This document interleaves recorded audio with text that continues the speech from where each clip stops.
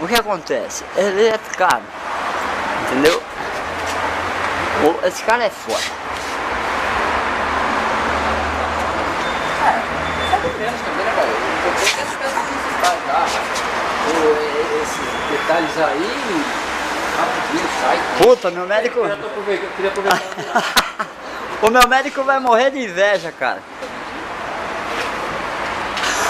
Ó, você quer fazer uma trilha? Esse é o carro pra trilha, mano.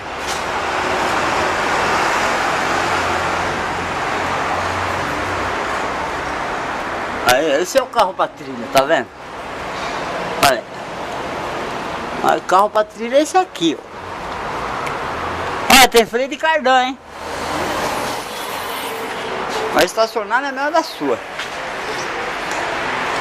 Bom, e aí, aqui a gente fez alguma coisa, não? Ah, delícia, hein? Nossa senhora. Meu quartelzinho. Que bosta a esquadrão fazer com essa merda.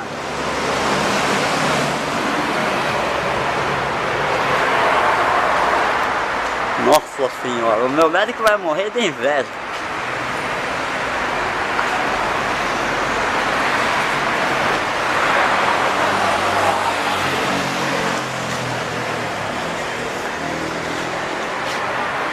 A caixa de direção, gente, olha que coisa meiga.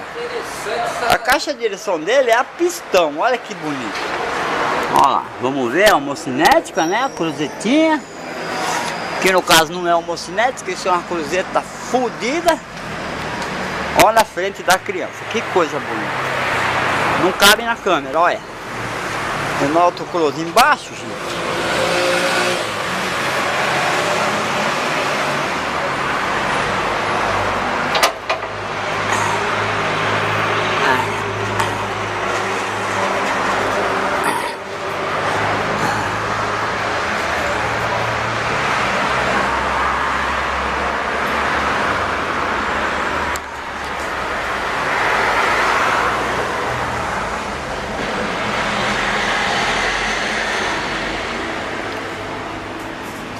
É o meu quartel, hein?